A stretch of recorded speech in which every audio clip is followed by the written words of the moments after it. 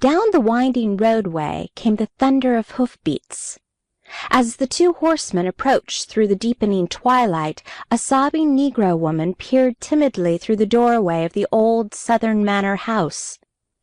There was a call from within. "Put out this light, Mandy," were the words of the weak voice.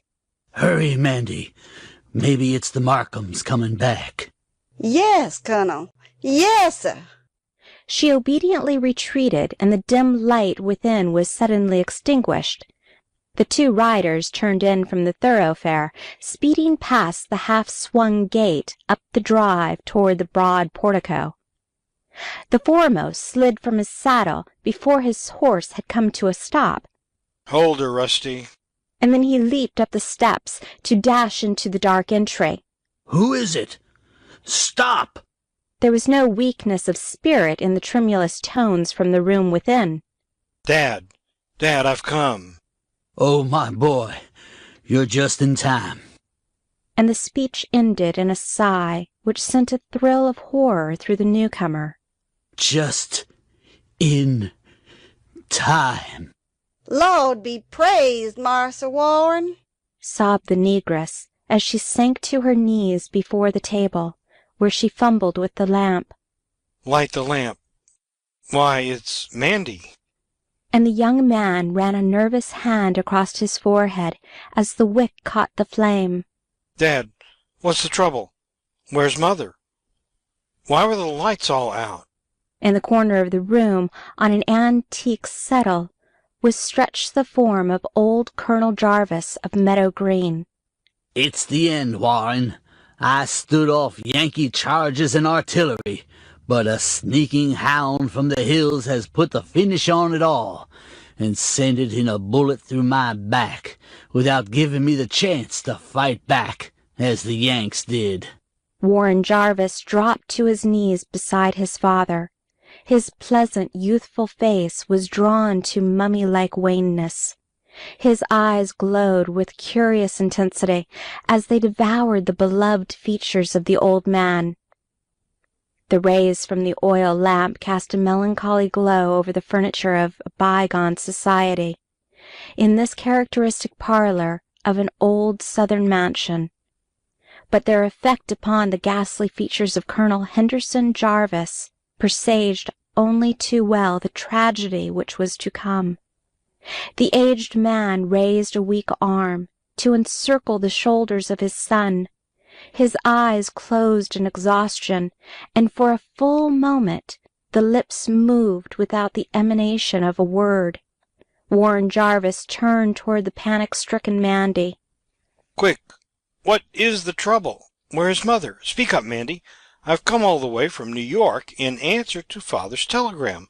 What's the trouble?" Mandy became more disconsolate, and with the hysterical sorrow of a Southern family servant, the more incapable of expression. Warren, my boy," were the words which at last came from the white lips of his father. "I am going to leave you soon. I kept up until you arrived, for I must give the honor of the family into your keeping before it is all over. Are you prepared to take it up where I stand now?" The young man nodded. He beckoned to the servant woman with an eloquent pantomimic command to bring his sire a drink. The girl silently obeyed, leaving the room for the moment. "Father, I've come back from the East to do anything, everything. Tell me, what happened, and where's Mother? I am frantic." His shoulders shook as though from a chill. His face was close to his father's as the colonel's gray eyes opened upon him. "Your mother passed away last night. It was too much for her poor, weak, aching heart, Warren." And his voice sank again to a whisper as he added, "Your first duty will be to lay us away together, and then to avenge this double murder." Warren Jarvis lost his worldly wise self-control, acquired through the adventurous years since he had journeyed forth from the quaint old Kentucky home. A sob broke from his lips, and his face sank on the arm of the old aristocrat. He was instinctively boyish in his grief, returning once more to the shelter of that paternal shoulder. Mandy had returned with a glass of stimulant, which she held to the colonel's lips. The draught refreshed him immensely. He gently patted the shoulders of his son and continued with firmer tones. "There, Warren boy, pull yourself together. The doctor will be along in his buggy soon. He dressed my wound 2 days ago, and he sat with your dear mother ever since she received the shock of the shooting. I sent the Marlowe girls back to their house just an hour ago to rest, because they were worn out. Everyone has been good and tried to help, but it is no use. Leave us alone, Mandy." The woman stepped unsteadily through the door, her hands covering her twitching face. There she bumped into a fat, coal-black darky, he who had accompanied the son on the long ride. She drew him into the shelter of the corridor, leaving father and son together for the final confidences. "But, Father, it was all so sudden. Are you comfortable now? Where is your wound?" Warren rose more upright on his knees.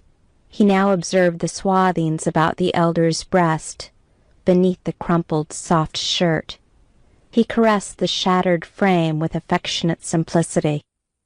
"I must speak quickly, Warren, for although I suffer no more pain, Dr. Grayson told me the truth. My strength is going every hour.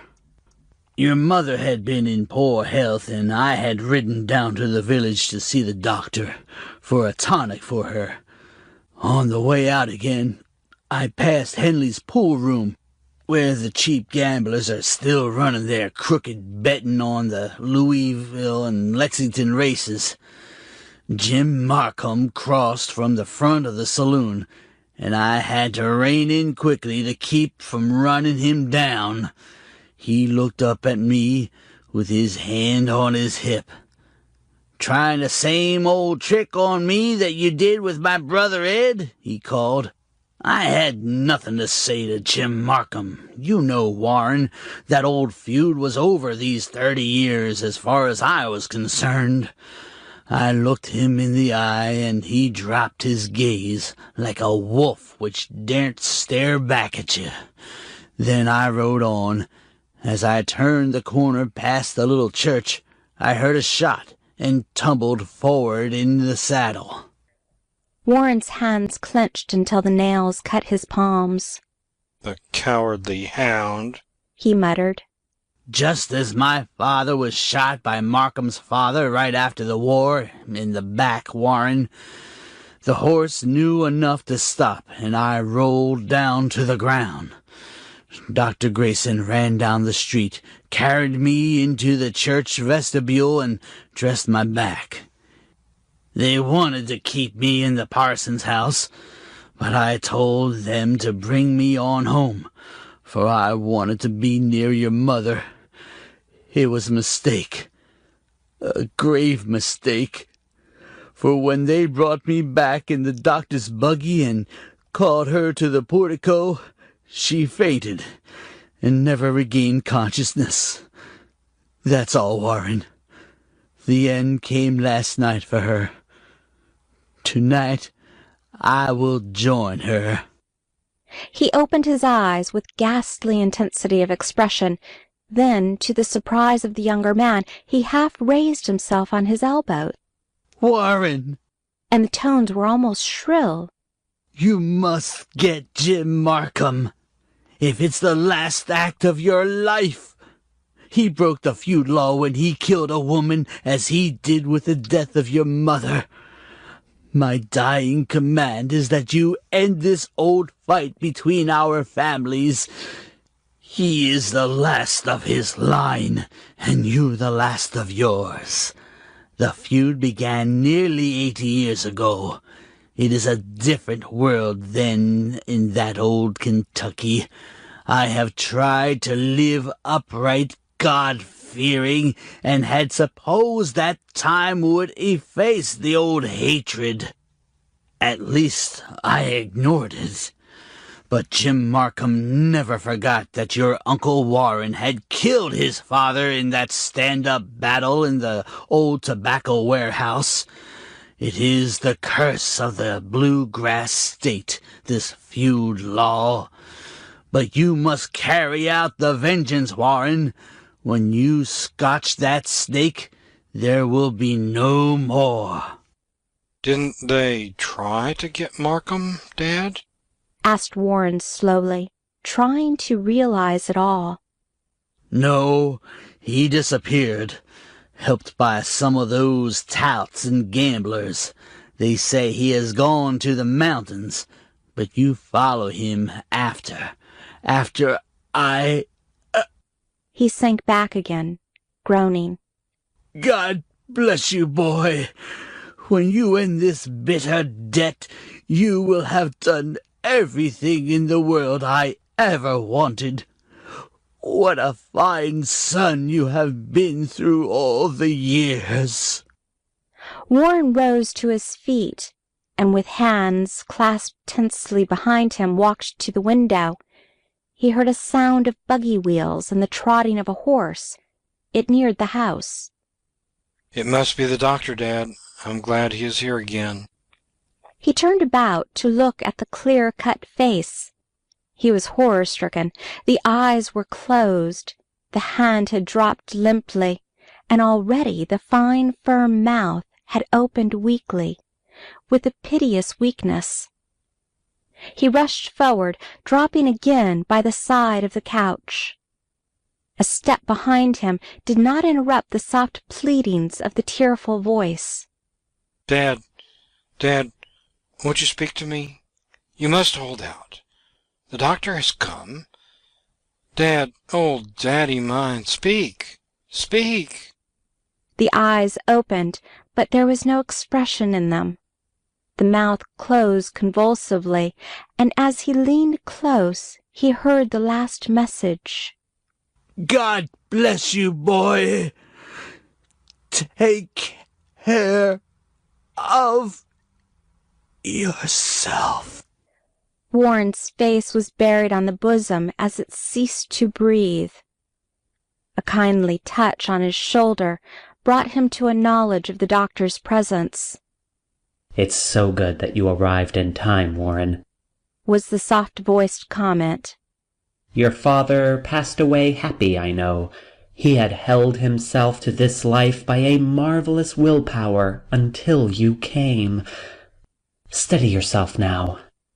The doctor knelt by the couch, and with the manly tenderness of an old family friend, crossed the tired patrician hands above that valiant heart.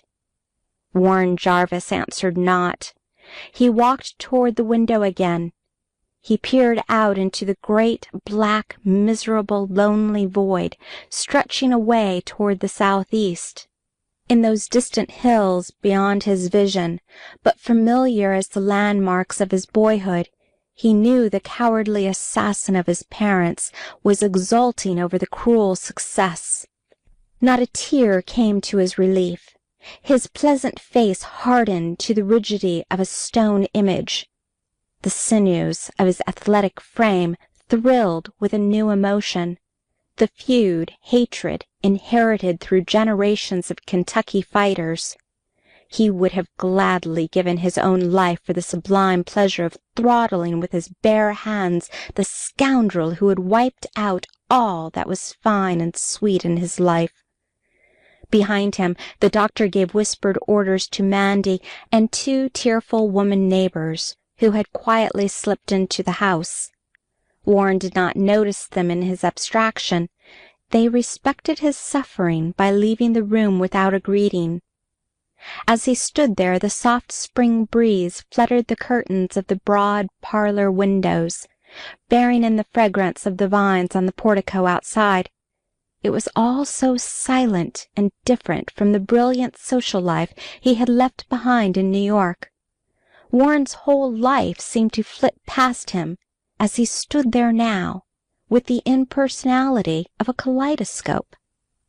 He remembered the early years, on this beautiful bluegrass estate of his father's, the romantic boyhood of the South, enlivened by horseback rides, hunting trips, boating, fishing, those elemental country sports so sadly lacking in the life of the city youth, the faithful, admiring negro servants to whom young Marser Warren had been a veritable Sir Galahad, the flower of the neighborhood chivalry.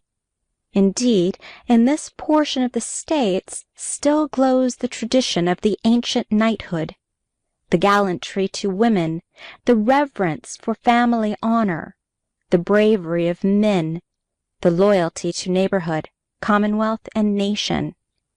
In verity, the spirit of ideal citizenship.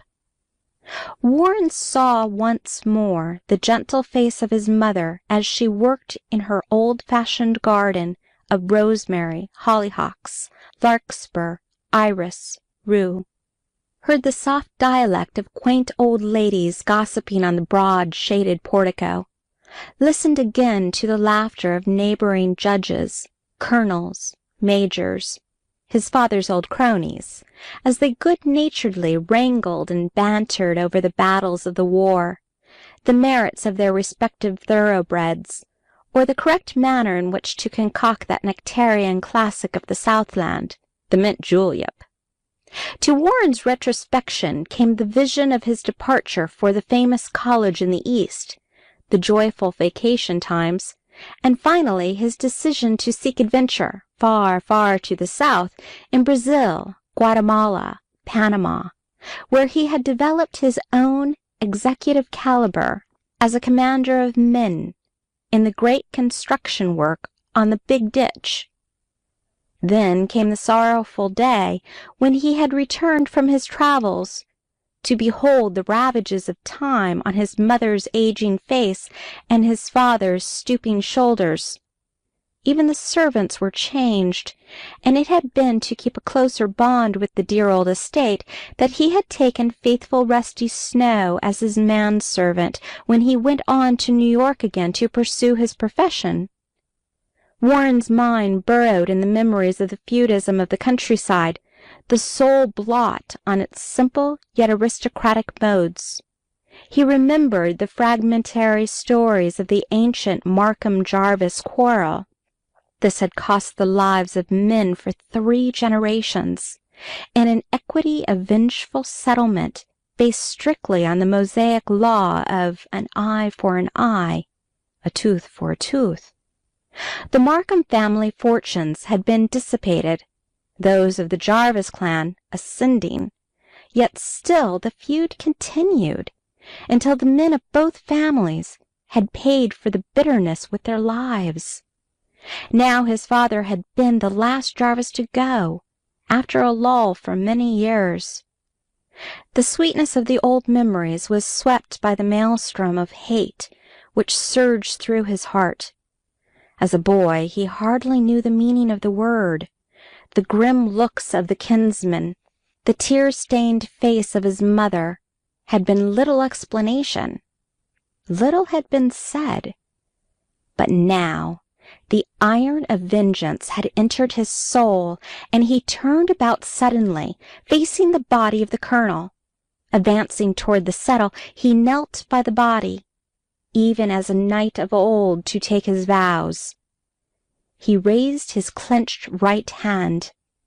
Father, I swear by my love for you and my mother that I will wipe out the Markhams, cost what it may. I will devote my life to settling the score Jim Markham has made. I swear it to you, Father. It seemed to him as though a faint smile of approbation flitted across the face despite the seal of the great calm. Even as he knelt there, his quick brain began to lay the plans, and then he remembered what he must see upstairs. His brief moments in the old house had been so absorbed by the dying words of his sire, by the engulfing flame of hate which had burned away all the sweetness of the environment, that he had selfishly forgotten everything but his own grief. He staggered to his feet and walked slowly from the room.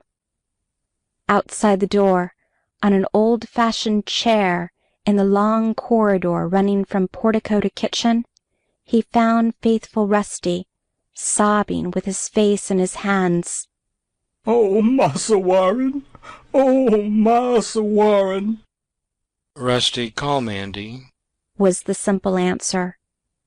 Rusty hastened to obey. The woman was assisting the two neighbors in some preparations on the floor above. She came down the stairs tremulously, catching his outstretched hand and kissing it impetuously. Where is she, Mandy? He asked in a stifled voice. Mandy spoke not, but ascended the stairway, as Warren followed with bowed head. Each broad step seemed steeper than the one below. At last he raised his eyes before the doorway of his parents' bedroom. Mandy stepped aside. Within, on a little mahogany sewing table, burned a dozen candles in his great-grandmother's colonial candelabra. He turned unsteadily to the right and saw her. Oh, Mother! Mother! That was all.